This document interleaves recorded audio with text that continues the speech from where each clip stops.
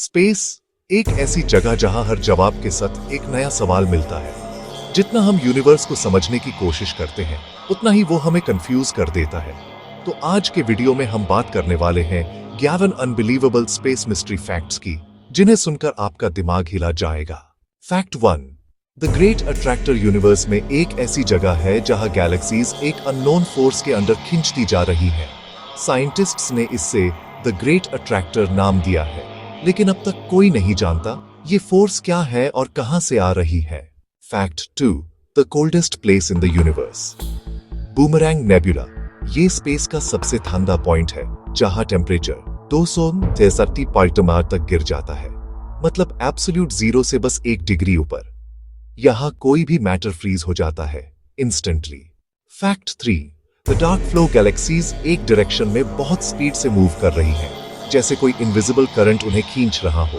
ये mystery scientist के लिए अभी तक अनसॉल्व्ड है। क्या ये किसी पैरेलल यूनिवर्स का इफेक्ट हो सकता है?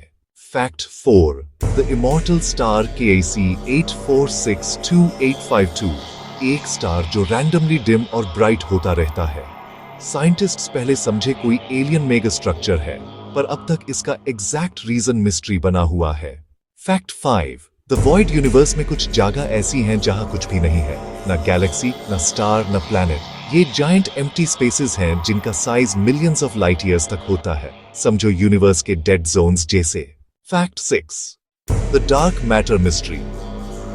ह्यूम सिर्फ 5% यूनिवर्स दिखता है, बाकी सब डार्क मैटर और डार्क एनर्जी है जिसे हम देख नहीं सकते, बस उसका इफेक्ट फील कर सकते हैं। मतलब हम लिटरली अंधेर में जी रहे हैं। Fact 7, time runs differently in space. Einstein के थ्योरी के हिसाब से जितना ज्यादा ग्रेविटी होती है उतना टाइम स्लो हो जाता है। अगर आप एक ब्लैक होल के पास जाओगे तो वहां एक सेकंड में अर्थ के सालों बराबर टाइम गुजर सकता है।